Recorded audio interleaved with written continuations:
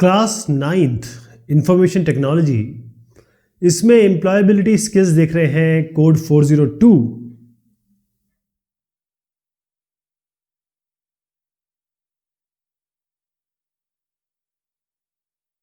बात करेंगे writing skills की, जिसमें है पार्ट्स ऑफ स्पीच। तो जब आप बोलते हैं या लिखते हैं, खास तौर पे इंग्लिश लैंग्वेज में, तो आप क्या करते हैं, उसमें सेंटेंसेस लिखते हैं। और जो सेंटेंसेस हैं, अगर आप उसको, सेंटेंसेस बेसिकली क्या होते हैं, वर्ड्स, अलग अलग वर्ड्स का कॉम्बिनेशन होता है। सब अलग अलग वर्ड्स को मिला के हम सेंटेंस बनाते हैं।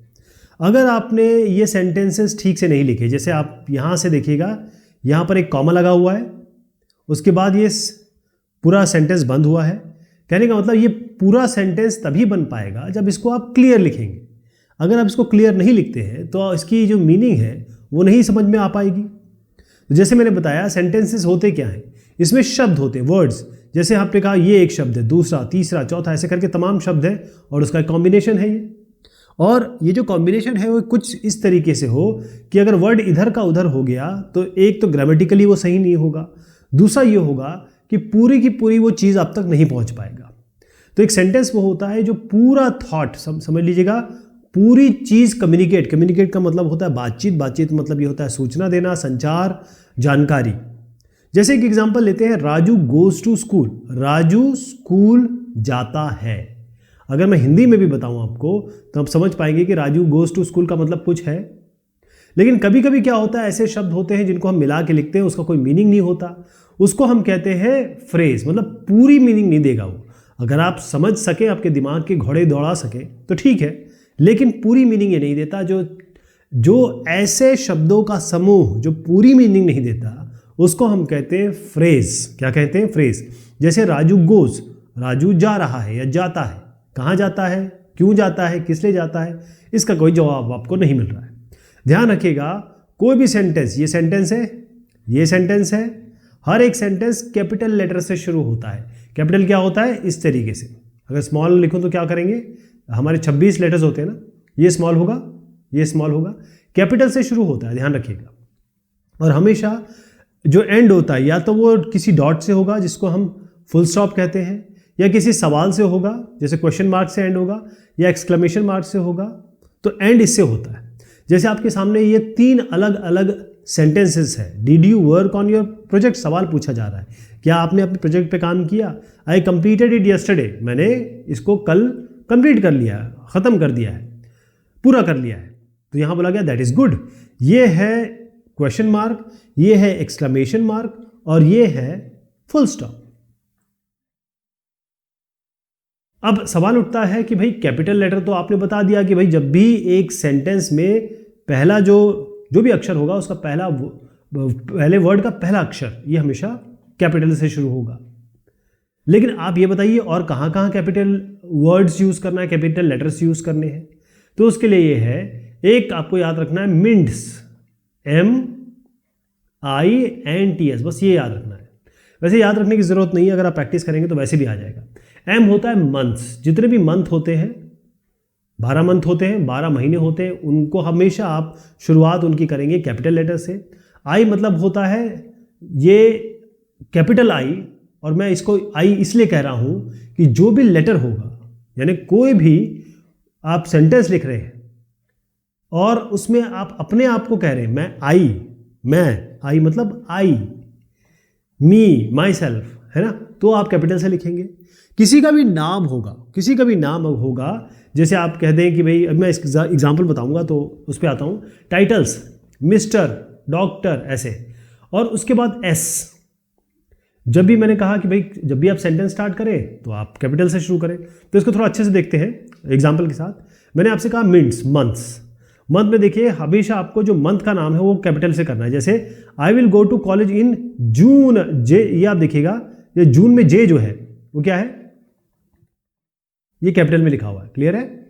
इसी तरीके से जो लेटर है, कोई भी लेटर जिसमें आप अपने आप को इस्तेमाल कर रहे हो, जैसे I play tennis with him, I capital में लिखा हुआ है। ये अलग बात है कि ये पहला वर्ड भी है, आई पूरे में एक वर्ड हो गया, ये पहला वर्ड भी है, लेकिन ये नहीं कह रहा हूँ मैं, पहला वर्ड तो अगर होगा तो कैपिटल होगा ही होगा। इसके अलावा आई जब आप अपने बारे में बात कर रहे हैं, क्योंकि आप आई है, कोई नाम है, आप नेम है, नेम प्लेस एनिमल थिंग वाली बात मैं कह रहा हूँ, तो नेम है। यहाँ पर जब आपका नाम होगा, जैसे आप विद्या हैं, this Tuesday Vidya, V capital, will be in Rajasthan, Rajasthan एक जगह का नाम है, तो आप देखिए कोई भी जगह का नाम हो गया, कोई भी दिन का नाम हो गया, कोई भी जगह, कोई भी आपके नाम हो गया, आप इसको कैपिटल से शुरू करेंगे। इसके अलावा टाइटल, टाइटल मतलब जैसे डॉक्टर शाह, डी कैपिटल है, मिस्टर पटेल, मिस्टर, ऐसे आप मिस्टर पटेल ऐसे नहीं लिखेंगे, ठीक है जी, कैपिटल लिखेंगे, डॉक्टर डी कैपिटल, आर छोटा, मिस्टर एम कैपिटल, आर छोटा, है ना। इसके अलावा जो भी सेंटेंस स्टार्ट होगा वो तो कैपिटल से शुरू होगा, उसका जो वर्ड है कैपिटल अक्षर से शुरू होगा, ये तो खैर क्लियर हो गया, मिनट्स याद रखना है आपको। इसके अलावा होता है पंक्चुएशन मार्क, जैसे मैंने आपको अभी थोड़ी देर पहले एक 3 सेंटेंस दिखाया, उसमें हमारा पीरियड, इसको कहते हैं full stop, period, question mark, exclamation mark, इसके अलावा कॉमा भी होता है, इसके अलावा एपोस्ट्रोफी भी होता है। यानी आपसे के सेंटेंस को अलग अलग पार्ट में डिवाइड करने के लिए ये सब यूज़ होते हैं, और इसको एंड करने के लिए, फीलिंग्स दिखाने के लिए, जैसे क्वेश्चन मार्क आप सवाल पूछते हैं, अगर आप में कोई फीलिंग हो, आप एकदम किसी बात से एस्टॉर्निश हो गए, खुश हो गए या नाराज़ हो गए, तब आप इसका यूज़ करते हैं, ठीक है। तो ये ध्यान रखिएगा कि जो, जैसे मैंने कहा कि भाई अपर केस आप कहाँ लिखेंगे, कहाँ से शुरू करना है, हर जगह कहाँ कहाँ आएगा, उसके भी रूल है, पंक्चुएशन के भी रूल है। तो पंक्चुएशन के रूल देखते हैं। पहली चीज़ समझिएगा, सबसे पहली चीज़ है फुल स्टॉप। फुल स्टॉप का मतलब ये है कि जहाँ आप सेंटेंस लिख रहे हैं, जैसे जो भी सेंटेंस होगा उसका एंड जो होगा वो आप क्या करेंगे, पीरियड, इसको पीरियड भी कहते हैं, इसको फुल स्टॉप भी कहते हैं, उससे एंड करेंगे। मतलब एक sentence, there is a sentence, फिर उसके बाद डॉट करके फिर देयर इज अनदर सेंटेंस, फिर Sanjay is a doctor, dot his patients called him doctor Sanjay, तो फुल स्टॉप लगाते हैं। कॉमा क्यों लगाते हैं कि अगर आप चाहते हैं कि जब आप पूरा सेंटेंस पढ़ रहे हो तो रुकावट हो, थोड़ा सा आप रुके, पॉज के लिए होता है, ओके। इसके अलावा कई आइटम्स होते हैं, उनको भी अलग अलग करने के लिए यूज हो सकता है। जैसे इसको देखिएगा, after the waiter gave me a menu, फिर आप रुकेंगे, after the waiter gave me a menu I ordered food, तो यहाँ कॉमा में आप रुके। आपके पास ये है I bought Apple oranges and grapes, तो आपके पास 3 चीज़ें हैं, एप्पल ऑरेंजेस एंड ग्रेप, तो इसके लिए आपने कॉमा लगाया। 3 अलग अलग वस्तुएं हैं या फ्रूट है, उनको अलग अलग करने के लिए। अब आइए क्वेश्चन मार्क पे। ये क्वेश्चन मार्क जो होता है जब सवाल पूछते हैं तब लगाया जाता है। जैसे what is your name, question mark, how old are you, आपका नाम क्या है, आप कितनी उम्र है आपकी, तो क्वेश्चन मार्क लगा दिया। यहाँ पर एक्सक्लेमेशन आइए, यहाँ पर आता है आप जो स्ट्रॉन्ग फीलिंग दिखाना चाहते हैं, गुस्से की, सरप्राइज की, नाराजगी की, शॉक की, जैसे व्हाट अ प्लेजेंट सरप्राइज, ऐसे करके exclamation mark, you are late, exclamation mark. इसके अलावा एपोस्ट्रॉफी लगता है, एपोस्ट्रॉफी 2 जगह लगाएंगे हम। एपोस्ट्रॉफी का मतलब ये होता है, ये ऊपर वाला कॉमा होता है, मतलब अभी मैं आपको लिख के दिखाऊंगा। जैसे ये लिखा हुआ है दिस इज दिव्यास, यहाँ इधर ही दिखा देता हूँ, ये देखिए दिव्यास सन, ये ऊपर है ना। तो आप क्या कर रहे हैं कि ये आप किसी को ये बता रहे हैं कि तुम्हारी चीज़ है, that is Divya's son, that is Rama's pen, this is Ranjana's daughter, Ranjana's, तो वो उसकी बेटी है, इसलिए आपने एपोस्ट्रॉफी लगाया। क्लियर हो गया। एपोस्ट्रॉफी के बाद एस लगाया आपने, ये आप बता रहे हैं कि ये उसका सामान है, ये उसकी चीज है। आर दीज अब्दुल्स बुक, क्या ये अब्दुल की बुक है, अब्दुल्स बुक, ये एक जगह हम समझ गए एपोस्ट्रॉफी कब लगती है।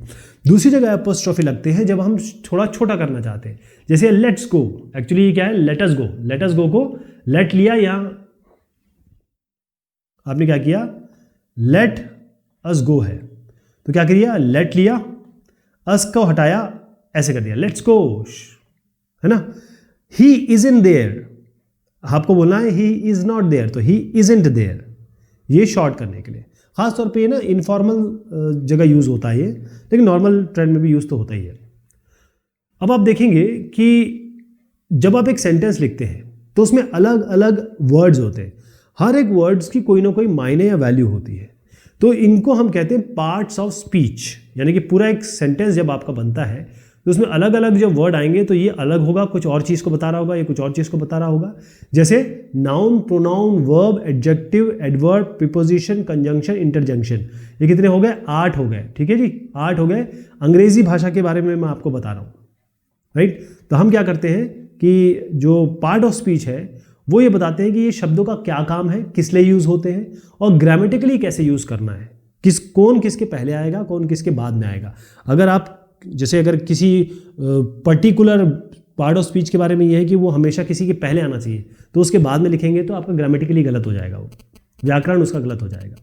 ठीक है, सबसे पहले समझिए, वैसे यहाँ पर बहुत एक टेबल है हमारा, तो इसको समझाने से पहले मैं थोड़ा हल्के से आपको ये बता दूं। नाउन का मतलब होता है, यहाँ देखिए आप इसको लिखेंगे नेम, प्लेस, एनिमल, थिंग। कोई भी नाम जो होगा आपके सेंटेंस में वो नाउन है। किसी भी जानवर का अगर उल्लेख है तो वो नाउन है। कोई भी जगह का नाम है, प्लेस का नाम है, नाउन है। कोई भी वस्तु का नाम है, थिंग हो गया।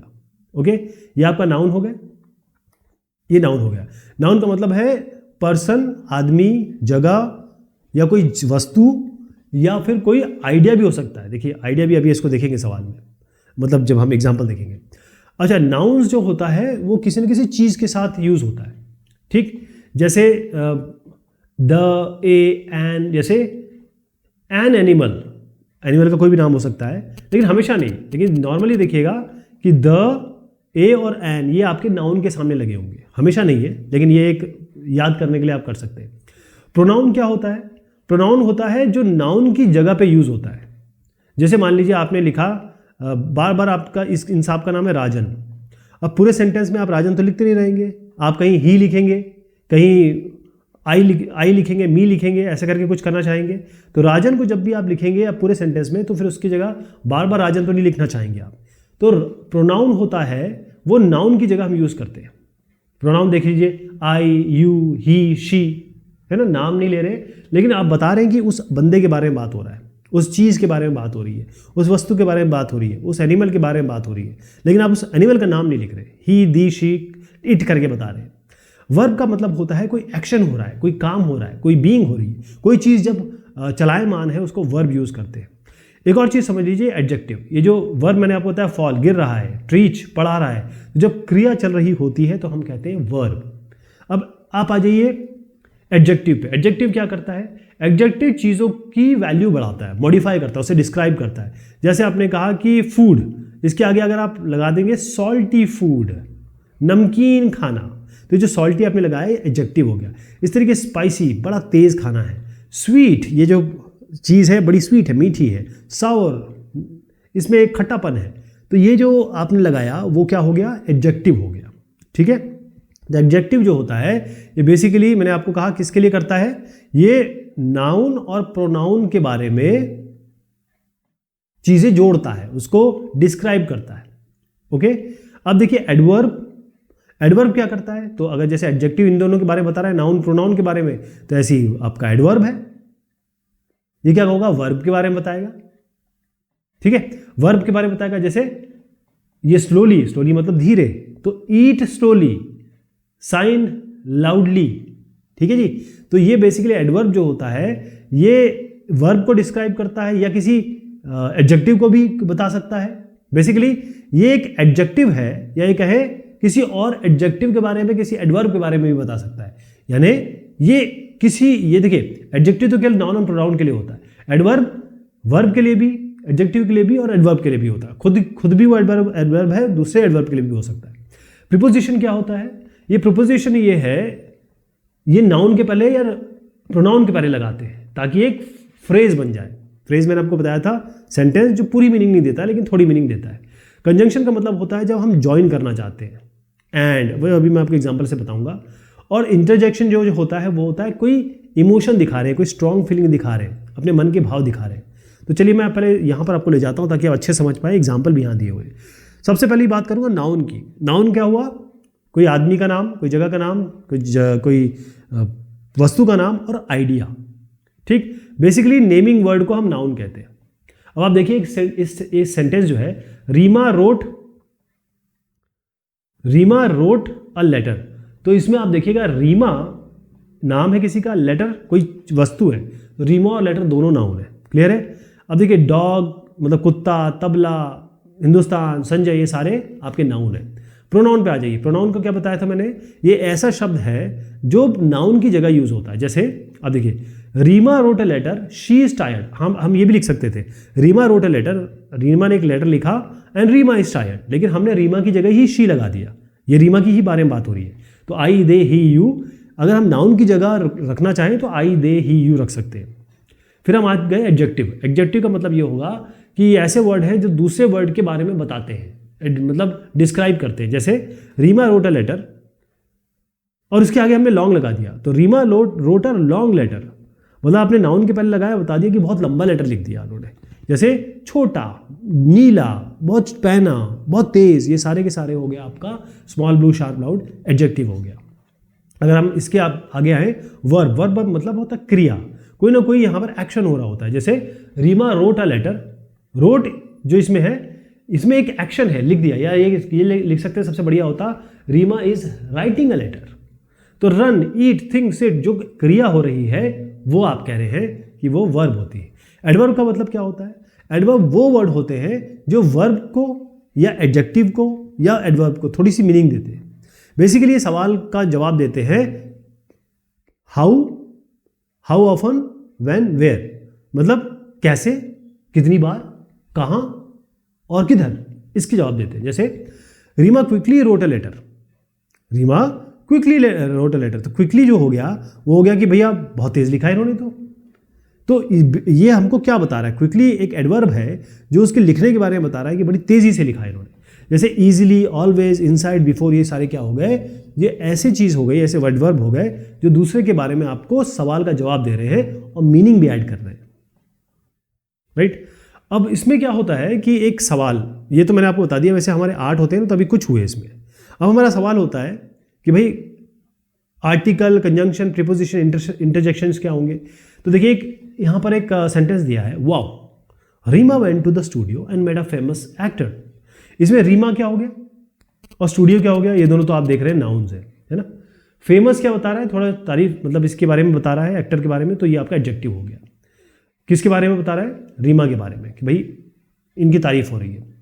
और अगर आप वेंट देखें और मेट देखें, वेंट मतलब जाना, मेट मतलब मिले, ये वर्ब्स हैं, एक्शन बता रहे हैं। बाकी वर्ड क्या, टू का मतलब क्या, द का मतलब क्या, एंड कहाँ, ए कहाँ, ये जो बाकी वर्ड है ना, जिसमें वाउ भी आ गया, वाउ, टू, द, एंड, ए, ये जो सारे हैं इनको क्या कहते हैं? इनको हम कहते हैं सपोर्टिंग वर्ड्स। क्या कहते हैं?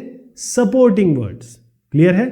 तो जो सपोर्टिंग पार्ट्स ऑफ स्पीच हैं जो हमने मैंने बताया, उसके अलावा इसमें ए एंड द, इसको हम आर्टिकल्स कहते हैं। कंजंक्शन मतलब ये होता है कि दो को जोड़ेगा, एक सेंटेंस दूसरा सेंटेंस इसके बीच में जोड़ते हैं, जैसे हमने देखा एंड। प्रीपोजिशन का मतलब ये होता है कि इन, ऑन, अंडर, कहाँ, उसकी पोजीशन बता रहा है, इसके अंदर, उसके ऊपर, है ना।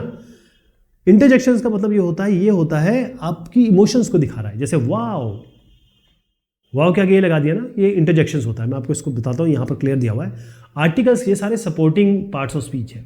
आर्टिकल का मतलब ये होता है जैसे ए एंड द, ये क्या करते हैं कि ये जनरली हम नाउन के पहले लगाते हैं। एन एक ऐसा शब्द यूज होता है, हमेशा ये होता है वॉवल के पहले, ए, ई, आई, ओ, यू के पहले। हमेशा कोई भी शब्द जो ए, ई, आई, यू से शुरू होता है उसके पहले एन लगाएंगे। इसके अलावा कोई भी वर्ड है उसके आगे हम ए लगाएंगे या ए लगाएंगे। क्लियर हो गया? एन लगता है वॉवल्स के पहले, मतलब वॉवल वाले शब्द के पहले, ए लगता है बाकी सब के पहले। द, ये हम किसी चीज को स्पेसिफिक बता रहे हैं या कोई पर्टिकुलर वर्ड है उसको बता रहे हैं। जैसे यहां पर देखिए द कार के बारे में बता रहे हैं। The car stopped suddenly because a cat run in front of it. The, अब देखिए ये जो बी है, बी कहां से शुरू हो रहा है? ये वॉवल नहीं है, तो अ बुक। द सन मतलब स्पेसिफिक चीज है हमारे, हम सूरज देवता के बारे में बात कर रहे हैं। द सन, अ सन नहीं बोलेंगे, द सन। अब देखिए ए और यू दोनों वॉवल्स हैं, इसके आगे एन लगा दिया, एन एप्पल, एन अम्ब्रेला। अब आ जाइए कंजंक्शंस में। कंजंक्शन मतलब दो सेंटेंस को जोड़ना है, एंड और बट से जोड़ सकते हैं हम। जैसे आप देखिए हम ये लिख सकते हैं कि I also went to the market, Sheela and I went to the market. जैसे Sheela went to the market and I went to the market, Sheela भी गई मार्केट, मैं भी गई मार्केट, तो हम इसमें लिख सकते हैं Sheela and I went to the market. तो एंड से इन दोनों सेंटेंस को जोड़ दिया। एक और चीज देखिए, डू यू वांट ऑरेंजेस, आपको क्या संतरे चाहिए? डू यू वांट एप्पल्स, क्या आपको सेब चाहिए? तो हम इसको लिख सकते हैं डू यू वांट ऑरेंजेस और एप्पल्स। तो और या एंड जो हो गया आपका कंजंक्शंस हो गए। प्रीपोजिशंस क्या हुए? प्रीपोजिशन जैसे आपका ऑन हो गया, एट हो गया, अंडर हो गया, इन हो गया। प्रीपोजिशन एक वर्ड को, ये आपको रिलेशन बताते हैं. Preposition connect one word with another to show the relationship between them. जैसे ये हमको सवाल देते हैं कहाँ, किधर, वेयर, व्हेन, किधर, हाउ, कैसे. जैसे सम कॉमन प्रीपोजिशन जो हम यूज करने वाले हैं, ऑन, एट, अंडर, इन. जैसे a cat is on the roof. Cat कहाँ बैठी है, कहाँ, मैंने कहा था ना कहाँ की जवाब दे रहा है, रूफ पे बैठी है, मतलब छत पे बैठी है. The shop is at the end of the road. Shop कहाँ है, वेयर, रोड के एंड पे. Rahul is standing under the tree. कहाँ है, under the tree. I live in, कहाँ रहते हो, आई लिव इन दिल्ली. ठीक. इसी तरीके से इंटरजेक्शंस है. इंटरजेक्शंस जो होते हैं वो आप बेसिकली वाओ, अलास, ओह, ओनो, थैंक्स, हेल्प, ये सारे के आगे एक्सक्लेमेशन मार्क लगा है. इसमें ये जो शब्द यूज हो रहे हैं सारे के सारे आपके सरप्राइज बता रहे हैं, आप खुश हैं, गुस्सा हैं, तो एक्सक्लेमेशन मार्क से एंड हो रहे हैं. इनको हम इंटरजेक्शंस कहते हैं. हो गए सारे के सारे पार्ट ऑफ स्पीच. अब हम देखते हैं कि हमने जो पढ़ा उसको समझा कि नहीं समझा. पहली चीज है what is a sentence. Sentence क्या होते हैं. सेंटेंस है a group of word that contain all the basic punctuation marks. क्या ये है. A group of ideas that form a complete paragraph. A group of word that communicate complete thought. A set of rules that we must follow to write correctly. तो ये सारी चीज आप जो देख रहे हैं इसमें सबसे बेस्ट चीज मिल रहा है वो ये है. A group of words that communicate a complete thought. जो आधा थॉट देते हैं उसको हम फ्रेज कहते हैं. तो हम बी का सही करेंगे, इसको बी सही है. Which of these sentences use upper case letters correctly. I am hungry. अरे आप हंग्री में थोड़ी ना रहते, आप तो भूखे हैं. दिव्यांश, सुनील का एस कहाँ गया, कैपिटल क्यों नहीं किया. The bucket is full of water. Full क्यों लिखेंगे इसमें, बकेट में बी करेंगे ना capital. She lives in Delhi, ये बिल्कुल सही है. शी एस हो गया, डी कैपिटल हो गया क्योंकि जगह का नाम है. Which of these sentences are punctuated correctly. कौन सा पंक्चुएशन करेक्ट है. Where are you going. अरे सवाल है भाई. I have a pen, a notebook and a pencil. I have a pen, comma कहाँ गया. I am so happy to see you. ये थोड़ा सा ठीक लग रहा है. This is Abdul's house. ये भी ठीक है.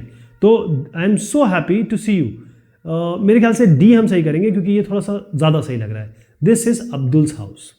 अब ये इसको देख लेते हैं. ये वाला आपने जो एपोस्ट्रोफी लगाया है. Which of this sentence are punctuated correctly. I am so happy to see you. तो दोनों ही सही है. मैं तो डी पे करेक्ट करता हूँ, आप सी पे भी करेंगे तो कोई दिक्कत नहीं है.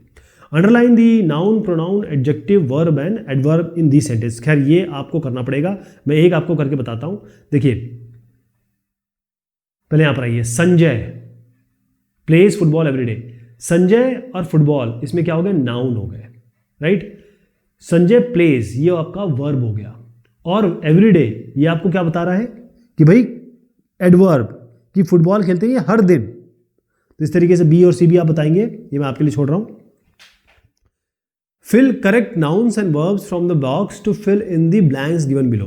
तो आप देखिएगा ये एक लड़का भाग रहा है, तो द बॉय, एक ही बॉय है लड़का, इज रनिंग, ये रनिंग हो गया.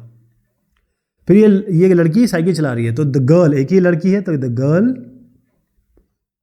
इज क्या करिए, राइडिंग, साइकिल चला रही है, राइडिंग, ये हो गया राइडिंग. फिर ये बच्चा बैठ के पढ़ रहा है, तो द डैश इज डैश. अब इसमें क्या करेंगे, गर्ल तो हो गया, बॉय भी हो गया. फिर से दोबारा यहां जोड़ेंगे, द बॉय इज स्टडिंग. यहां पर 3 लड़कियां हैं तो गर्ल्स हो गए, the girls are dash, skipping कर रही हैं तो स्किपिंग हो गया यहां पर. द गर्ल्स आर स्किपिंग और द बॉय इज स्टडिंग, तो यहां हो गया. फिर आ गया the Raju is dash, Raju is क्या कर रहा है ये, क्या अभी देखते हैं, ड्रिंकिंग, पानी पी रहा है, ड्रिंकिंग, तो इसको राजू इज ड्रिंकिंग कर देते हैं. फिर डॉग इज बार्किंग, कुत्ता भौंक रहा है, तो डॉग यहां से ले लीजिए, इज बार्किंग. अच्छा फिर यहां पर एक चीज रह गई, देखिए राजू इज ड्रिंकिंग, लेकिन यहां पर एक मिल्क रह गया ना, तो यहां पर मिल्क भी आएगा. Raju is drinking milk. Clear हो गया, सारे के सारे कवर हो गए. कुत्ते का भी हमने बार्किंग ले लिया, डॉग का. Okay, identify the conjunction and preposition. Remember conjunction join 2 sentences with help.